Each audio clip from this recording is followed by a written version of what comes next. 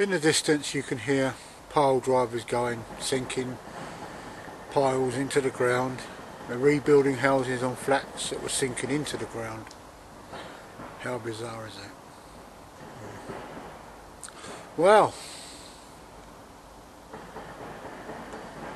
you often wondered, in Celtic mythology in particular, and North European mythology, the wren is known as king of the birds. Seems to be a bit of an odd epithet for such a diminutive bird. Quite a small bird.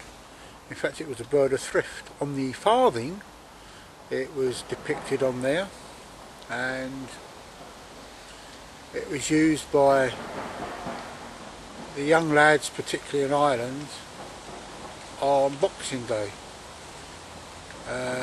Bit of bad news for the wren then, because they used to pluck its feathers. Used to carry it around in a little cage, and its feathers were plucked, and it eventually died. Wasn't lucky for the. Apparently, it's for good luck, but it wasn't very lucky for the bird. But I've digressed. King of the birds, eh? You'd have thought the golden eagle or sea eagle would have been king of the birds. Maybe even the blackbird, the bird of Rhiannon.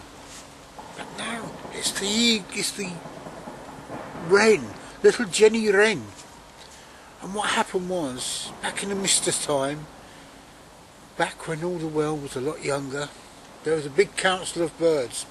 And all the birds there were sitting there, and they were the buzzards, and there were the crows, hawks, the falcons, eagles, wrens, there were the sparrows, the blackbirds. They were all sitting there arguing who was the king of the birds, who needed that epithet. Well, blackbird said, I must be king of the birds. Look, I've got, my beak is golden, where I took gold from the fire, and my feathers are black where I burnt in the fire grabbing the gold. And the robin says, no, I must be king of the birds. Look at my red breast, royalty itself. The eagle says, no, I'm king of the birds. I'm the largest of all of you. And little wren says, no, I'm the king of the birds. I can get into the nooks and crannies, you cannot. The musket, the bird we know as sparrowhawk, come flying through the woods, landing. The little rodent in his claws says, no, I'm the king of the birds. I can dodge trees. Well, the argument went on for weeks. And then one day, in the corner, the sparrow spoke up. He says, we should have a competition. The bird that can fly the highest and the farthest shall be king of the birds. So, they all ruffled their feathers. Skylark says, well, I can fly higher than anybody and my song is beautiful. But Sparrow turned around and says, no, abide by the rules, we will all fly. So Sparrow took off.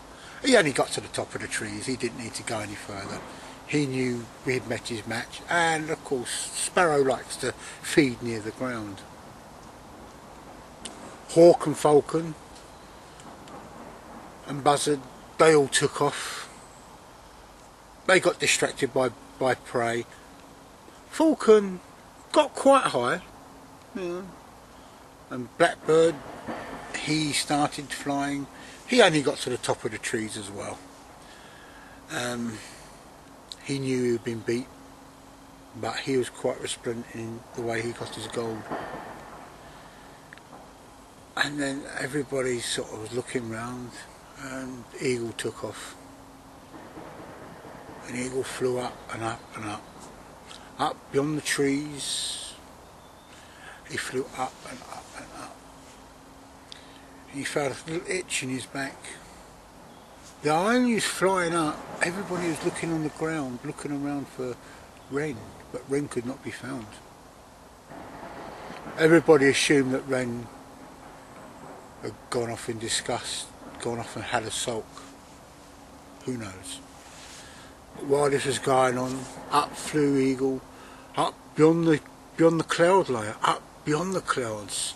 As he broke through the cloud layer, everything was gleaming, the sun was shining, and the eagle was starting to flag. He had got as high as he could and couldn't go any higher. And then out of Eagle's back threw little Jenny Wren. And up he popped, flew straight up, higher than Eagle could ever go. And Eagle flew back to the ground, followed by Wren. And at the Council of Birds, as they sat in a circle, Eagle said, "I concede defeat. Jenny Wren flew higher than I ever could fly. So Jenny Wren must be king of the birds." And so, when you think about it, and next time you hear it, and someone says, "Why is Wren king of the birds?" now you know.